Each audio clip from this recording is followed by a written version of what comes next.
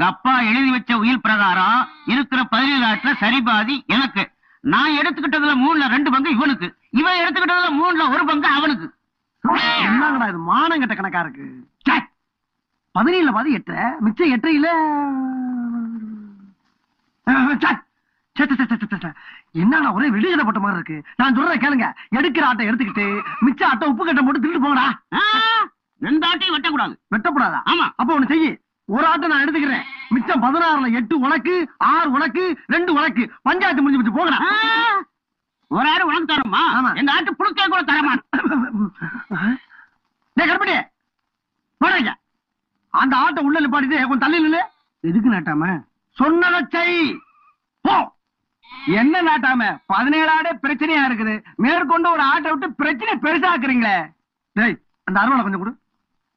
இந்த மாதிரி உங்க அப்ப ஆட்டத்தான் வெட்டக்கூடாதுன்னு உயிர் எழுதி வச்சிருக்கான், உங்களை வெட்டக்கூடாதுன்னு எழுதி வைக்கல. ஏதாச்சும் குறுக்க மறுக்க ஏடா உடமா பேசுறீங்க, நடு மண்டையில வச்சு வெட்டு.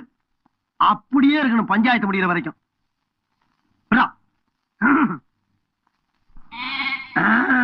இந்த பாரப்பா, 18 ஆட்டுல சரிபாதி 9 ஆட நீ எடுத்துக்க. 1 2 3 4. அதுல 2 பங்கு உனக்கு, 6 ஆட்டை நீ எடுத்துக்க. அது 3ல 1 பங்கு உனக்கு, 2 ஆட்டை எடுத்துட்டு போய்கிட்டாரு. போ. டேய், உன்கிட்ட வாங்கின ஒரு கைமாத்த ஆடு நீ எடுத்துட்டு போய்கிட்டாரு.